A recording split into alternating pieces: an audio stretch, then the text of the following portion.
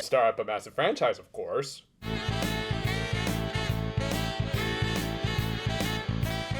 We return to this series with a return. Yeah, Yuka, the Precure's upperclassman for the first season, had apparently moved up to their academy's high school in the intervening time. However, she was going to the middle school for perfectly valid reasons that she didn't want to share with her driver for whatever reason. I mean, yeah, she had more personal issues that we get to, but it wouldn't hurt to tell the dude that she had volunteered to support the science club during a training camp they were going on.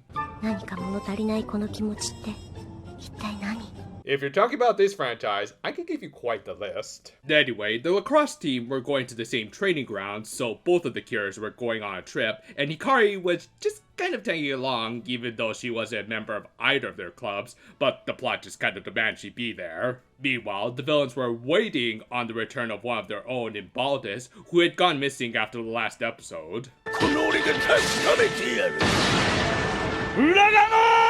Oh, sorry, I think I've been mispronouncing this character's name wrong for the longest time. It's clearly meant to be Uranos! Meanwhile, at the training grounds, Yuka took to overseeing both the science club and the lacrosse team. This was partially to see how everyone viewed her as their senpai, which was still as their school's Madonna, which, yeah, still doesn't have some great connotations these days. And of course, it was still needlessly putting pressure on the poor girl. However, she also went to the lacrosse team to scope out Nagisa, because in spite of their kind of outdated upper and lower classman system, she actually admired the lacrosse captain for how much of an extrovert she was, in contrast to her introversions. Thus, when Hikari revealed that Nagisa admired her for her stoic and hardworking personality, the senpai couldn't exactly relate. That said, she would get the opportunity to better understand her when the lacrosse team just kind of forced her to play a game with them, even though she had never played lacrosse before. And yet she managed to play well, having just observed them, and also kind of forming an instant rivalry with Nagisa. Yeah, I know that sounds very shonen-esque, but the thing is, sometimes you just find a person who's on a similar wavelength as you that makes you want to overcome them more than anyone else. Call it instinct, or maybe even something deeper. Whatever the case, it at least proved that the two girls acknowledged each other through their admiration for the other. However, when a rival brings out the best in you, well, there's always going to be a bit of a cap.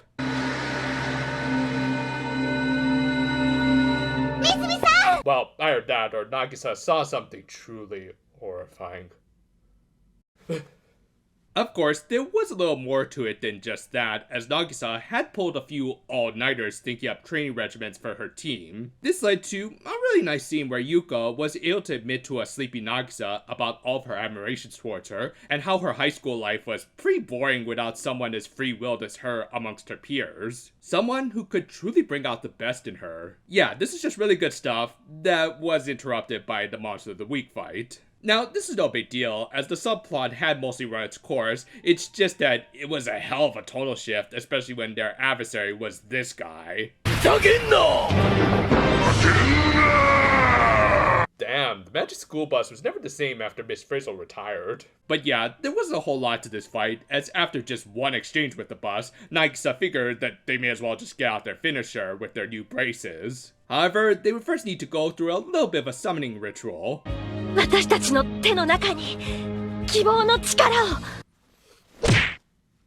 Oh, sorry, a little PTSD.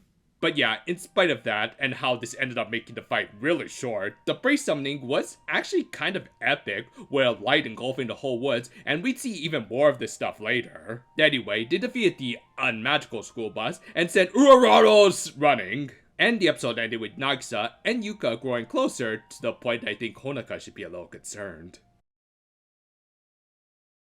Episode 25 would follow up on this, though not so much in regards to Yuka, but more so the other main character of the season in Hikari, who had noticed that the power creep of the show had kind of invalidated her. Yeah, it was pulled off kind of subtly, but Hikari hadn't really contributed much in the previous two episodes, with Nagisa and Honoka managing to pull off their new finisher without her assistance. This made the white mage of their team question whether or not it was really okay for her to just live the way she wanted to if she pretty much was just going to be a dead weight to this team. Well, I can understand people's issues with Hikari, like how she is kind of stealing the spotlight from the season. I also can't deny the quality of scenes like this. It's a good exploration of her faults that they're not trying to hide and instead have her grow from them. Thus, that would pretty much be what the rest of this episode was going to be like, with Hikari trying to figure out her place on this team, whilst also trying to figure out her own origins, which, of all things, was triggered by wind chimes, though I think that would usually trigger something else, at least in my case.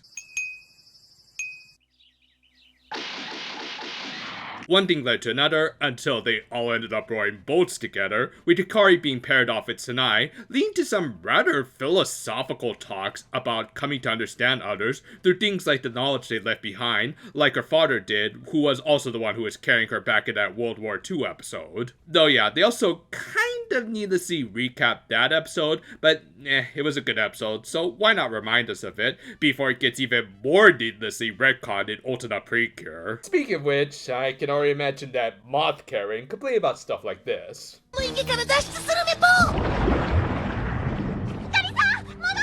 Viblis launched the attack by having her Zakenda part the lake as though it was freaking Moses. As a result, the Cures fell in, along with Sanai, who unfortunately didn't go Ultra Instinct, automatically leading to a much more mediocre fight. Well, that and the animation wasn't too great, but if they had included Granny in the fight, then all would have been forgiven. That aside, a solid episode that at least led to some good development for Hikari, and while a little redundant, Sanai's war stories are pretty interesting. Following this, we got the requisite Summer Festival episode, with Nagisa, of course, looking forward to another chance at being with Fuji-P, meanwhile her friends had their own interests that also happened to call back to the previous season.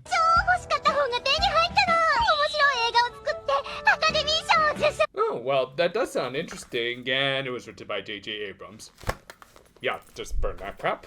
Like, seriously, Shiho, if your goals involve getting in on those rigged Oscars and marrying a Hollywood husbando, maybe consider a more dignified career, like YouTubing. Though on that note, this left Nagisa contemplating her dreams for the future, which, again going by Ultra, would involve her becoming some sort of ill-defined environmentalist or something. Thank God this series might not even be canon. Granted, at least that future would involve Honoka always being by her side, but that was pretty much a given, really. But yeah, this episode basically just became all about dreams to the point that you could mistake it for another season or Yakuza 5, and Nagisa angsty over it for most of it, which got a little repetitive, especially after Honoka actually provided a good talk about just focusing on the here and now. She would start to cheer up after talking to Fuji-P, though of course that would be interrupted by the fight of the week. Though thankfully, it was a decent two-part encounter, as the Lantern Monster had a good moveset and Viblis actually got involved. Hell, the two even managed to hold back the Marble Screw, which with how much they ended up spamming it this season and the previous one, it was actually kind of refreshing.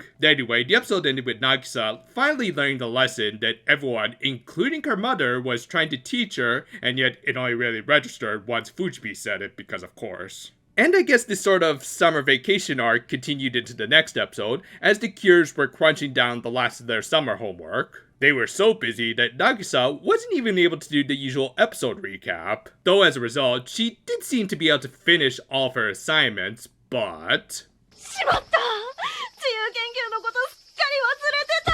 Okay, Nagisa, I'm going to teach you the two most important letters in the English language, B and S. Or I guess she could just do the more boring thing and actually do her assignment by going to a pear plantation that Akane was saying to. Jokes aside, I actually do like episodes like this where the characters go to these sorts of locations and learn how hard farmers work to develop and harvest their crops. It's obviously educational for the target audience, but generally, I think it's also fascinating to learn about this stuff at any age. As for the characters, it gave Nagisa a nice moment to actually appreciate the fruit that she had only come to eat and use as seemingly an easy subject for her report. Also, if you happen to find a golden apple, be sure to give it to me and the missus. Seriously, good show, but damn, that ending was so sad. Anyway, when Neighbor was unable to help with the remainder of the harvest, Nagisa rather nobly offered to help in spite of needing to head home to write her report. However, their real problems would of course end up being a sudden attack by the Dotsuku Zone. Though rather cleverly, Viblis compared them working hard to harvest these pears that were to be consumed to how supposedly their king would inevitably do the same to their world.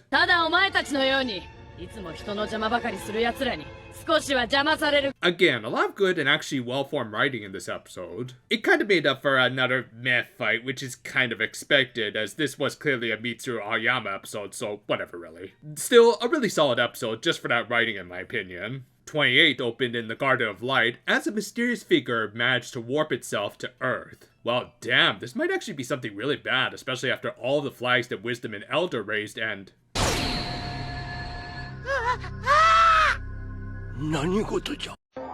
Be afraid. Be very afraid. Actually, that would pretty much be the whole theme of this episode, as while the Negachin seemed to be in the middle of resurrecting himself, Shiho and Rina were scared out of their skin over something happening in the school. No, that was just Hanako-san of the toilet. Also, do you have any extra TP? I think she's hoarding all of them. But yeah, these were pretty much your typical ghost stories told in every Japanese school ever. It is a bit of an overused trope in anime due to the popularity of characters like Hanako, but to this show's credit, they actually did a good job making it seem really creepy, with some great imagery from the girls' imagination spots. Like, if the show didn't already have some non-horror nightmare fuel throughout, I would say this would be a little much for a magical girl anime. That said, according to Polun, the real horror was just around the corner. Hiroshi-kun, I don't have to do this, but it's for your own good. Also, if you get that reference, seeing you have some good taste.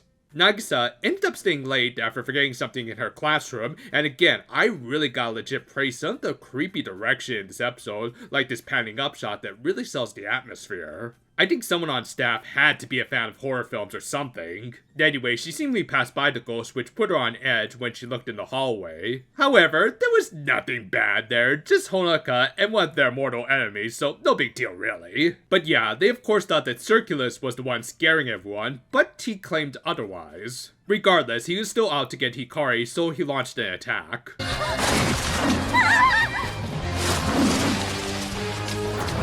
Still not as intimidating as the ones in Hinamizawa.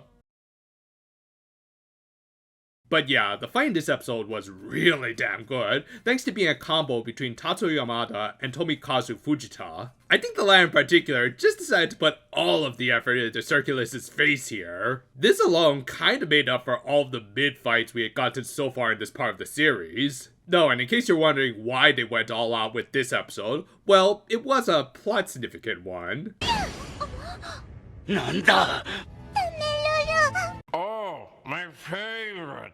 But yeah, after about one of the most shockingly perfect fights in the series after a bit of a drought of good clashes, we were introduced to the true nightmare of the show and this episode's story, as the ghost was this fairy named Lulun. She was Polun's little sister, who, right off the bat, the show itself was telling us that we should be annoyed with her, though more on that in just a bit. As regardless, this was easily one of my favorite episodes of this whole season, thanks to the great horror direction, an awesome fight, and actually hilarious punchline, with all of it turning out to be a runaway fairy mascot. Though with that, let's actually explore this new plushie in the next episode. We got clarification from the old geezers of the garden that Lulun might have been sent down for a purpose, beyond just putting out a new toy. And yeah, let's just get this out of the way. I don't find this character too annoying. Oh, don't get me wrong, she's still pressing quite a few of my buttons when it comes to annoying fairy characters, but I do also kind of find it funny to see the shoe be on the other foot, with Polun being the receiver of most of his sister's antics. In turn, it also does show how much the big brother has matured since the first season, so I can't really feel as annoyed with this character as, say, Meppo, who was one of the older fairies, and yet I'd argue was one of the more immature characters in the first season. Though, speaking of maturity, I can't be the only one reading some double entendre from this, right? Why did you look down when you said that? I don't even want to be here right now. Anyway, Nagisa and Honoka ended up babysitting the being of indiscriminate size, and thankfully her crying didn't last too long, and instead they did properly foreshadow some stuff between her and Heartails. At the same time, to really hammer home this whole theme of brothers and sisters, we got the obvious victims of the week.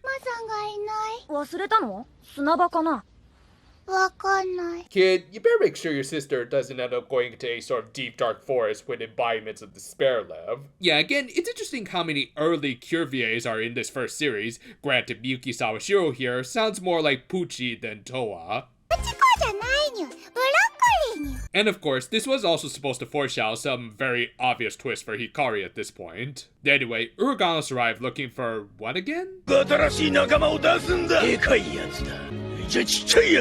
Dude, we do not judge in these parts. He did eventually get clarification for what he was looking for once Lulun arrived. They engaged him, and while of course nowhere near as good as the last episode, especially with Yamada and Tomita not involved, it was an okay battle, mostly held up by the fact that two things were going on at once, with the original duo slowly fighting the monster, and Hikari protecting Lulun before getting herself captured. Of course, the new fairies start to unlock a new power in Hikari that we wouldn't see entirely until the next episode. Still, it was enough to give Nagisa and Honoka an opening to finish off the Zakenna. And the episode ended with the Proto-Toa reuniting with her brother sooner rather than much, much later, thankfully. Cute stuff, and again, Lulun isn't too bad in my opinion, at least she isn't crying throughout the entire episode. Rolling right into 30, the original duo of course had to inquire what the hell happened with the little puffball in the last episode, and yet again, they didn't get any answers even when they asked Sikun. はいです。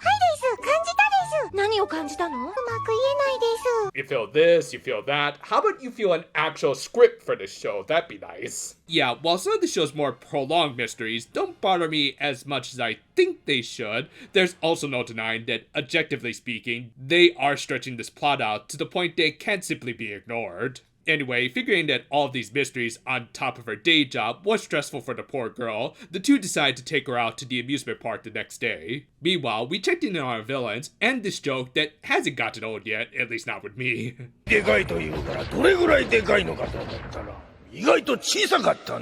You know there was at least one person in the writer's room who was snickering throughout this whole scene. Of course, they decide to focus on the huge tiny thing while putzing around on their pool table. Yeah, I know I keep bringing this up, but I really miss stupid villains like this in Precure shows. Granted, our protagonist could also bring some decent laughs. 楽しかった。相当インパクトあったみたい。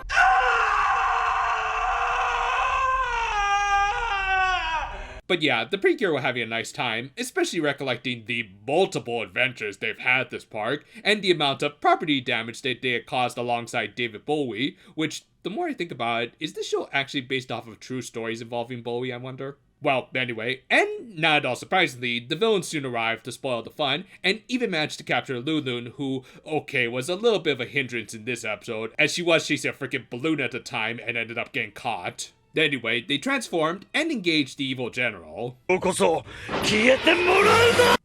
sure the one who disappeared was Lulu from your hand in this one shot. The whole point of this fight was mostly to have a bit of a ham-off between Hikari and Circulus over their respective resolves. They didn't really say anything too deep, just the kind of stereotypical good versus evil talk, but it did make Hikari look amiable and determined enough to truly earn this new power and stock animation.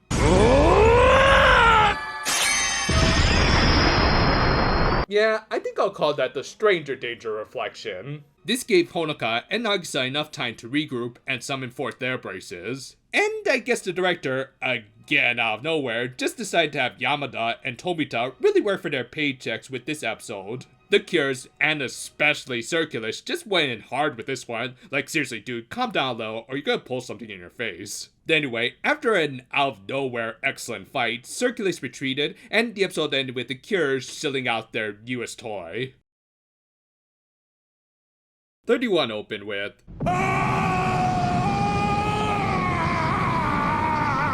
Antonio Inoki celebrating his re-election? Yeah, believe it or not, a former pro wrestler used to be part of Japan's House of Counselors. Then, all of a sudden, Trump's cabinet doesn't seem all that unique now, does it? And, funny enough, this whole episode did at least throw off my brain rotting. Main plot was more about Nagisa's lacrosse team and how much of a positive influence it had been having on their school and friends. But still, my simple lizard brain does have to make certain connections. Eat your vitamins, be true to yourself, true to your country, be a real American. Whew. And speaking of Hogan and his vitamins...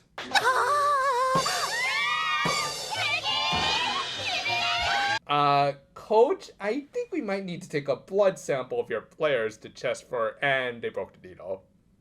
Well, that's good enough for me. Have a great game. But yeah, most of this episode was just going to be a lacrosse game between Verona Academy and Roydon Academy, and honestly, it was pretty engaging. I mean, sure, the animation felt a little cheap in areas, but the action was still pretty good, and well detailed enough that we could clearly see how and why Nagisa's team was getting curb stomped. Moreover, as silly as the Hogan flexing was, we were still shown how amped these girls were getting for this game, and thus got a little invested in them. Even more so, once it was clear that they were the underdogs here, with Team Roy not only beating them in pure physical strength, but even in skill as they managed to get a read on their opponent's playstyles, in particular Nagisa. However, since Nagisa was their main focus, she figured out that a good strategy would be to have her take a more defensive position, while letting some of their team's stronger newcomers lead the charge. It was both a noble and strategically smart move by Nagisa, as their opponents wouldn't be able to immediately adjust to the sudden position changes. Honestly, this all makes for a good sports anime in the Magical Girl show. Again, it does say something where a show gets a lot more interesting when it's not focusing on the main overarching plot.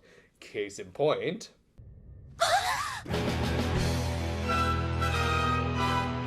Boo! Go back to the game! I mean, okay, to be fair, what we did get was actually one of the better fights of the season, with the Precure taking out a whole football team of Zakenna, along with all three of the main generals. That scenario alone is just all kinds of awesome, and they pretty much went all the way with it, as it just plain became Super Bowl with magical girls, and the animation, while again nothing amazing, and even repurposing stuff from the opening, it was still very well done, with everyone getting in on the action, even Hikari. That said, I was on Nagisa's side and still want to get back to that game, but whatever, that determination to play was also transferred into this battle, so it worked out well enough, I guess. Hell, even their usual finisher wasn't just the same old repetitive stock animation.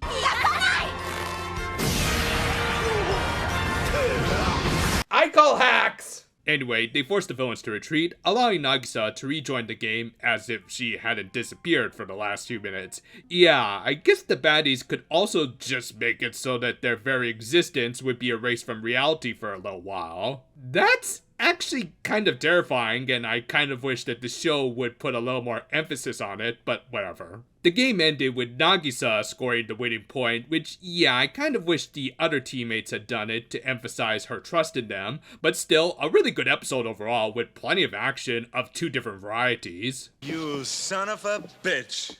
Oh yeah, and they also introduced a new hardtail because I also kind of forgot they were even a thing.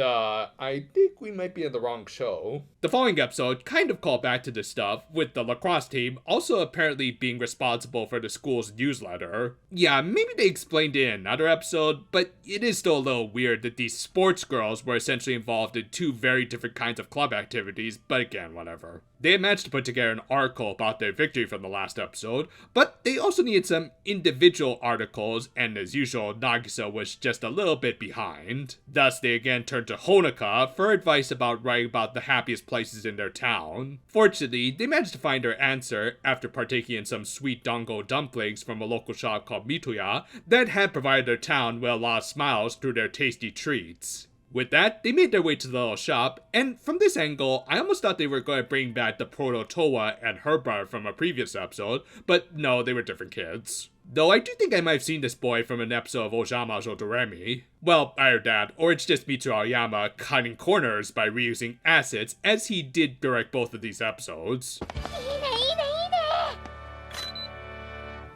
Yeah, that's some good unsolicited photography. Anyway, they also did need an interview to go with their photos, and yet again, this is another good example where we got to see regular people express their passion for their craft, and yeah, I like slice of moments like this, if only because there's actually a good variety to them.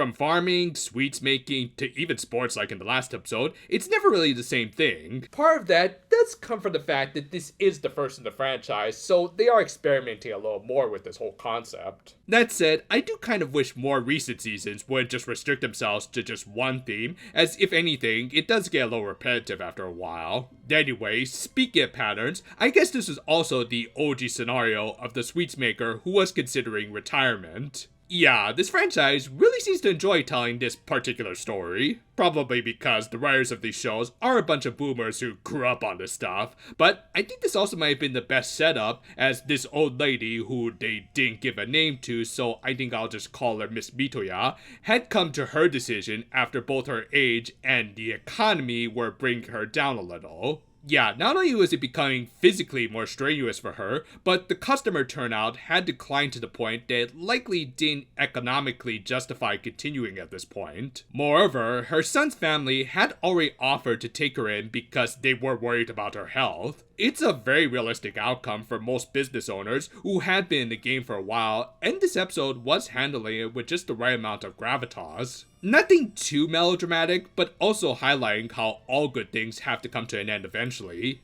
And even that was balanced out with a little more positivity when the Precure and friends figured that they could use their article to drum up a little attention for the shop, not to try and prevent its closure because it's already kind of been decided, and it would just be ridiculous if they tried to undo it now, but more to give Mrs. Mitoya a good last hurrah. Honoka even offered to write the whole article up herself, allowing the Precure to do something beyond just the crime fighting. 素敵な笑顔、美味しいお団子。あと何回食べられるかわからないけれど。おばさん、ありがとう。 It's the little things that keep you going. Just great stuff, with even Aoyama's minimalist tendencies actually working out a little bit better for this episode's benefit to get across the old shop owner's melancholic feelings of letting go of her old shop. Though yeah, and this was also a magical girl show, so the villains did have to show up. Granted, Viblis did have something of a narrative purpose, as she told the Cures about Baldus's revival, as he did make his way back to the mansion at the end of the last episode. But other than that, there really wasn't much to this fight. I mean, for Aoyama standards, it was actually decently animated, and the idea of a fire monster spreading by multiplying itself is interesting, but just as soon as it multiplied, they used their finisher, and that was it. Though well, this episode's main story was still really good, as things closed out with Mrs. Mitoya closing shop and... もう少し続けてみようかしらね。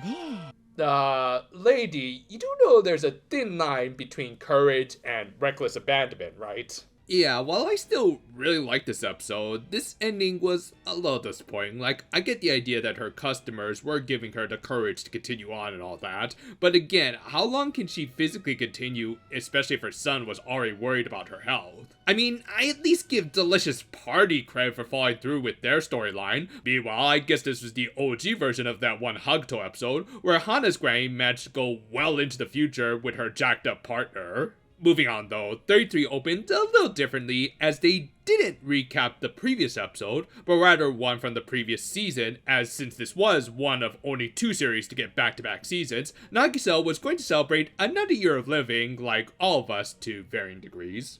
Though at least in her case, it did come with the pleasant memory of being her first significant interaction with Fujipi, who of course she wanted to invite to celebrate her birthday. However, he was already kind of busy with soccer practice, and this led to one of the rare examples where the tomboy cure was a little more mature than her partner, as she didn't try to pressure him into coming even though she clearly wanted him to. Meanwhile, the baddies were going through their usual routine with the kid, the mysteries, and all that jazz. Though at least now, they also had returned Baldus, and he also suggested that their king would be returning soon too. Well, yeah, duh, you're using it right now, dude. Back with the Precure, Honoka had invited her friend out on a birthday shopping trip, whilst their fairy partners celebrated Squid Game getting its 2nd season.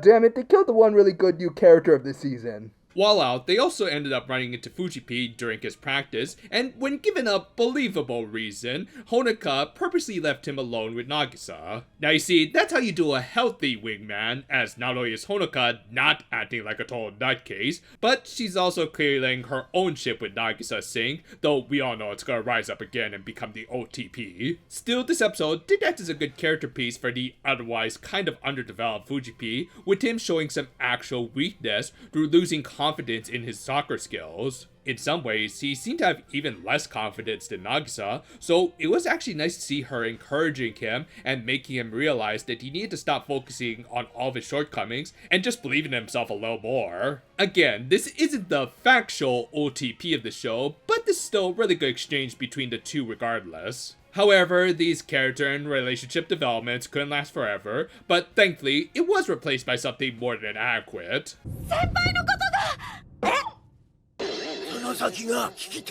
Okay, someone please explain to me what this guy did to deserve one of the lamest deaths in Deluxe 2.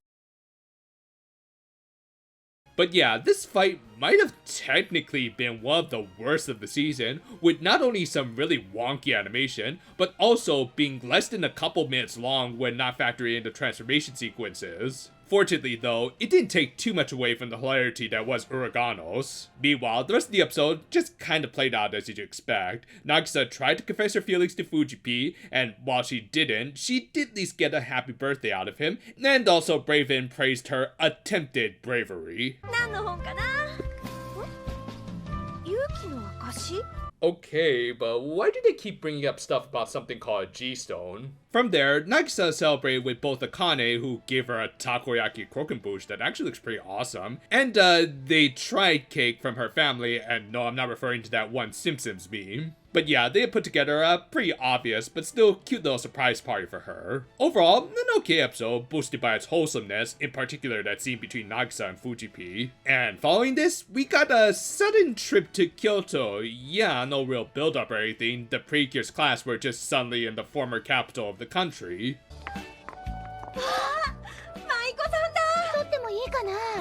Not nowadays, thanks a lot, live streamers.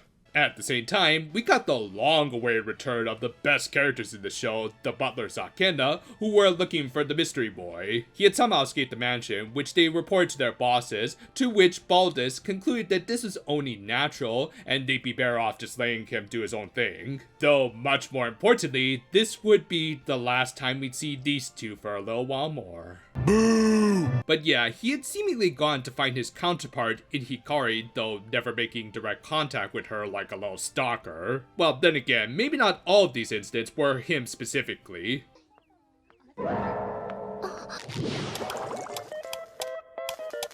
Nosferatu!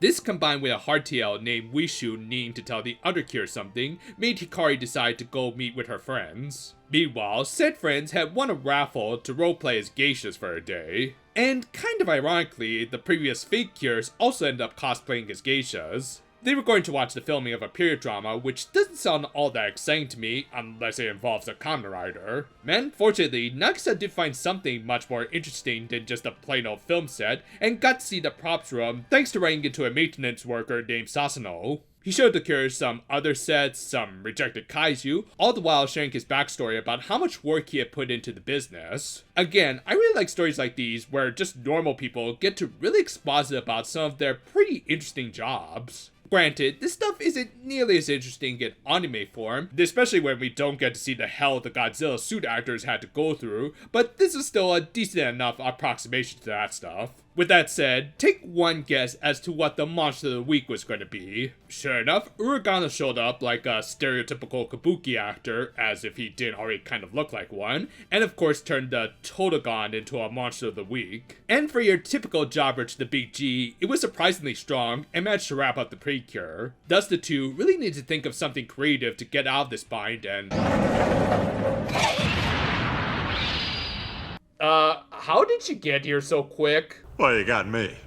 By all accounts, it doesn't make sense. I mean, to be fair, we also have no idea where the precursor town was, so maybe they're like on the border of the Kansai and Kanto regions. It's a stretch, because Kyoto usually isn't just a bus ride away, but whatever. Anyway, they again rather abruptly ended the fight after Hikari joined in, and then just kind of parted ways with Sasuno. Yeah, no big fanfare or anything for this dude, as they need to shift back into this overly prolonged plot point. We'll wrap things up with the latter half of the Kyoto two-parter, as the Cures had some splaining to do, considering that their friend was both playing hooky, as Hikari was from a different grade, and had also run away from home. Let me guess, this got some ire from the same parents who complained about Nagisa's navel. She was able to just overlook all of this, even though honestly I think this should be grounds for expulsion, but I'm sure the Japanese school system isn't all that strict. Anyway, after calling Akane, and I'm guessing her Long Island iced tea,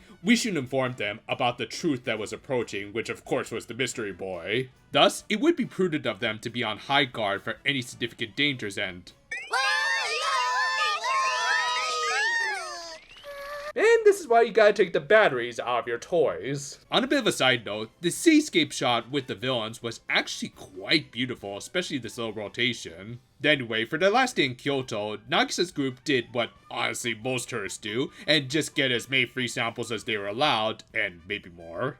This is both meant for, of course, comedy, but also to back Hikari's statement here that the two Cures were pretty much polar opposites, who you'd think wouldn't share any interests, and yet that's also exactly why they got along, because both could provide different perspectives for the other.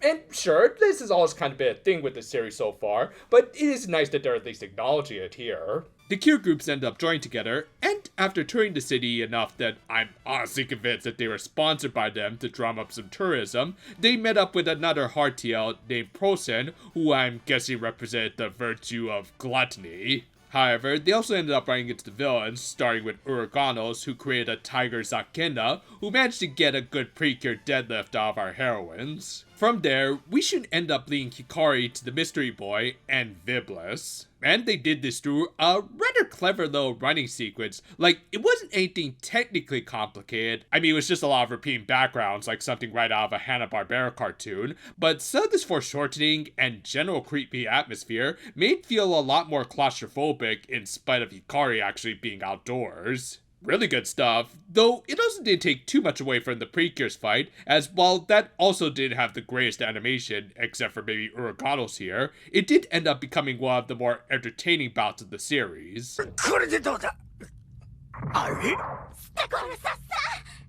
Brought to you by the word Yeet. Unfortunately, though, nothing really happened between Hikari and the boy yet again. They met, passed out, and Viblis just took him home for his nap. Fortunately, the remainder of the tiger fight was a lot of fun, and the episode ended with our heroines heading home after their little misadventures in the capital. And this is probably the best episode to end this part on, to really highlight the best and worst parts about the series. On the one hand, the action is still generally solid with or without stellar animation, as they at least have some sort of fun gimmick to each of them. On the other though, the technical main plot involving Hikari and the Truth Boy is plodding, to say the least. To me at least, I've still enjoyed this show, but part of that might have been because I am watched this well after the fact.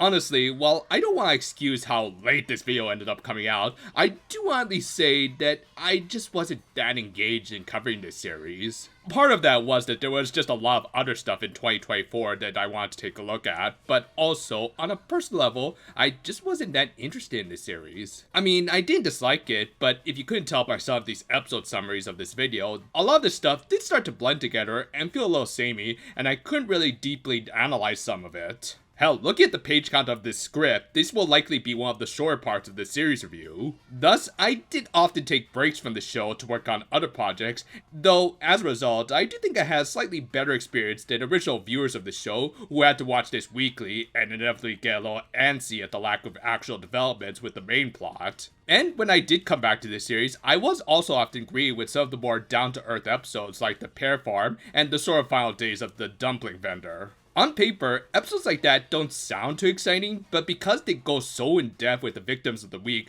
we do end up caring for them and therefore cheer on the Precure when they try to protect them, as any good superhero show should. Surprisingly, I also found this to be one of the less annoying parts of the series. Yeah, I heard horror stories about Lulu, and yet I didn't find her all that bad. I mean, maybe I've just built up a tolerance to these sort of characters, but honestly, compared to Maple and her brother from the first season, she didn't bother me as much. I think a lot of it has to do with context, as the former seemed to be rather immature for a fairy who was old enough to be in a relationship, while the latter was a late addition to the show who could get away with murder with how little he was called out on his brat behavior. Meanwhile, Lulu, while also a bit of a brat, was called out on her actions, often by the former rotten brat of the series, which is both hilarious and does highlight the character development for Pulun. In that sense, I can't discredit Lulun's addition to the show, at least compared to her brother initially. Sure, she's far from my cup of tea, but at worst, she's just a little annoying, and at best, she can be pretty funny like her proper debut episode. Which on that note, episodes like that, which actually played out like a genuine horror story, were fun because they were different for the series and showed how this franchise was experimenting more in its early days. Stuff like that does prevent me from saying this part of the series was at all bad in spite of the admitted tedium of the main Hikari plot. It's definitely not great by any means, but with some fun individual stories, I think like when dealing with bratty kids, sometimes you just have to kind of take your time with this stuff. Thanks for watching, and here's hoping that the next and final part of this series will come out before the end of the year. I mean, honestly, there's a lot of stuff coming out now and later in this year, as well as some other projects that we want to tackle, so this series will inevitably take a bit of a backseat. Still, I am a completionist, so we will finish up this series at some point, so look forward to it. Until then, though, for now, my friends, and looks like they're playing pool again. Like I keep telling you, dude, the 8 ball goes in last.